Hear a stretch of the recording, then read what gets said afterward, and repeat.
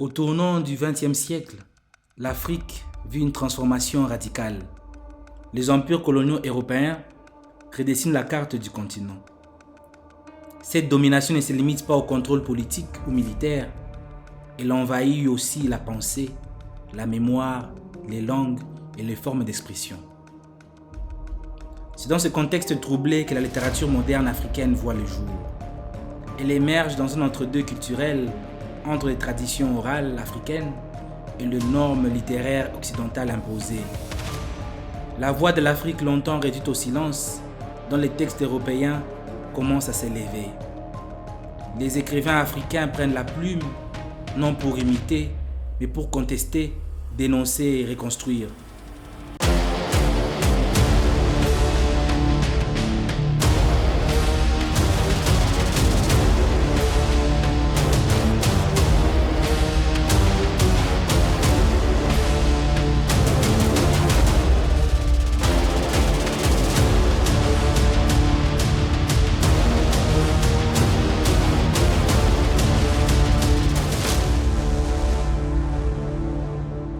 Bonjour à vous, amoureux de mots, passionnés d'histoire, et bienvenue dans ce deuxième épisode de plongée dans les racines de la littérature africaine, ici sur From Voice to Word. Aujourd'hui, nous allons remonter les temps pour parler de l'émergence de la littérature moderne et de la période coloniale africaine. Durant la période coloniale, ce sont surtout les Européens qui écrivent sur l'Afrique. Joseph Conrad, André Gide, Pierre Loti, entre autres, dressent des portraits d'une Afrique perçue comme obscure, sauvage, exotique, parfois même inhumain. L'Afrique est utilisée comme un décor, jamais comme un sujet. Ces récits renforcent une vision dégradante et paternaliste. L'Africain y est souvent silencieux, passif, figé dans une supposée primitivité. La littérature coloniale sert ainsi de justification morale à l'entreprise impériale. Elle construit l'autre comme inférieur pour mieux asseoir la domination.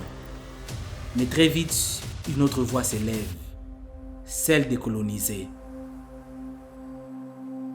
Le premier roman africain écrit en français, Batouala, de René Maran, en 1921, marque un tournant. Bien qu'écrit par un auteur martiniquais, il dénonce la brutalité coloniale et ouvre la voie à une expression littéraire africaine authentique. Dans les années 1950 et 1960, avec l'élan des indépendances, plusieurs romans majeurs apparaissent. L'enfant noir de Camara Lay, en 1953, est un exemple emblématique. Il raconte une enfance guinéenne avec sensibilité et complexité, loin des clichés coloniaux. Mongo Betty au Cameroun, avec Ville cruelle en 1954 et Mission terminée en 1957, écrit avec une verve satirique dénonçant l'absurdité du système colonial et la compromission des élites africaines. Cheikh Hamidou Kane, avec l'aventure ambiguë en 1961, interroge la fracture spirituelle et identitaire provoquée par l'école coloniale. Ces romans ne sont pas des simples récits, ce sont des actes politiques.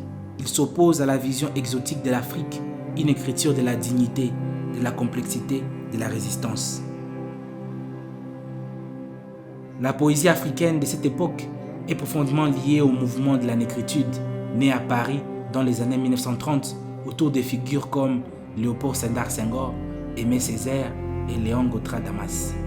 Leur objectif, revendiquer la beauté des cultures africaines, rejeter les critères esthétiques européens et réhabiliter l'identité noire.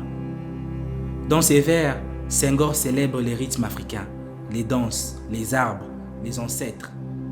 Césaire, lui, crie la révolte, la blessure de l'esclavage, la fureur du peuple humilié. La poésie devient alors un espace de réappropriation de la langue, de l'histoire, du corps noir. Il est à la fois un chant de douleur et une arme de libération. Le théâtre n'est pas en reste. En Afrique de l'Ouest, il est souvent oral, communautaire, performatif. Sous la colonisation, il devient aussi un outil de satire et de pédagogie. Wole Soyinka, au Nigeria, futur prix Nobel, insère dans ses pièces les mythes Yoruba et la critique du pouvoir. Le lion et la perle, où La mort et l'écueilleur du roi illustrent cette volonté de croiser tradition et modernité. Le théâtre est aussi un espace de questionnement identitaire. Que reste-t-il de l'Africain entre l'école coloniale, la religion importée et les valeurs ancestrales? Comment concilier le passé et le présent sans trahir ni l'un ni l'autre? Un autre nom, bien qu'en marge de la fiction littéraire, mérite d'être évoqué pour comprendre les dynamiques intellectuelles qui ont nourri la littérature moderne africaine. Cheikh Anta Diop, historien, anthropologue, penseur panafricain, Diop a été l'un des premiers à contester avec vigueur scientifique la vision eurocentrée de l'Afrique véhiculée par la colonisation. Ses recherches sur les civilisations africaines anciennes, la question de la langue, de l'identité noire et de l'unité culturelle de l'Afrique ont profondément influencé les écrivains, notamment ceux qui ont cherché à réhabiliter l'Afrique comme espace de mémoire, de dignité et de l'humanité. Si Diop n'a pas écrit de romans, sa pensée se retrouve dans les œuvres de nombreux auteurs engagés comme Seben Ousmane ou encore Soni Labou Tansi, qui fait aussi de l'écriture un acte de résistance et de réappropriation culturelle. Dans cette époque où l'écrivain africain jonglait avec les langues coloniales et leur héritage historique et culturel africain, Cheikh Anta Diop a offert une matrice intellectuelle pour penser une Afrique autonome, libre et fière de ses racines. Un point central de cette littérature moderne, c'est la langue.